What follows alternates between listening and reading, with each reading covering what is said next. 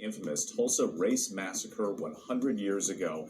An important court date tomorrow could be critical as they seek justice. ABC's Steve Osunsami has more. Tell me about... She's the oldest living survivor of the Tulsa race massacre of 1921. My name is Viola Ford Fletcher, 107 years old. And this morning, she's hoping that a judge in Oklahoma will allow a lawsuit she's a part of to move forward. The hearing is Monday afternoon. Is it safe to say you are pushing, you and the other survivors, are pushing for payments? Yes, whatever it takes to replace our loss. Yes. In your lifetime? Yes, sir. While I'm living. In many households across this country, they put respect on her name and call her Mother Fletcher because of what she's overcome. She and two other survivors still living are suing the city of Tulsa, their sheriff, and other authorities for damages that are more than 100 years old.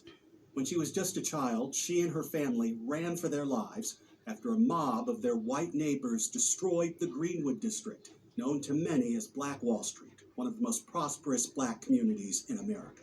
That night, when we were surrounded by the parents, what was going on, all the shooting and killing and fires and airplanes, people screaming, people lying on the streets bleeding. In the lawsuit, her attorney argues that the destruction of black homes and public executions of black people were allowed by authorities, and that those authorities can now be sued under a state public nuisance law.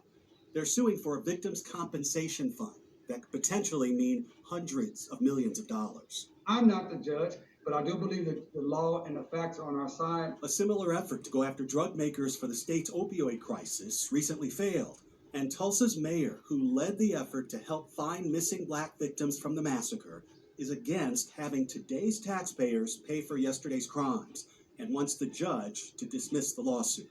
And I'm also opposed to levying a tax on this generation of Tulsans who are at no fault. Mother Fletcher says she's running out of time to seek justice for her family. She turns 108 years old on May 10th. For Good Morning America, Steve Osunsami, ABC News, Atlanta.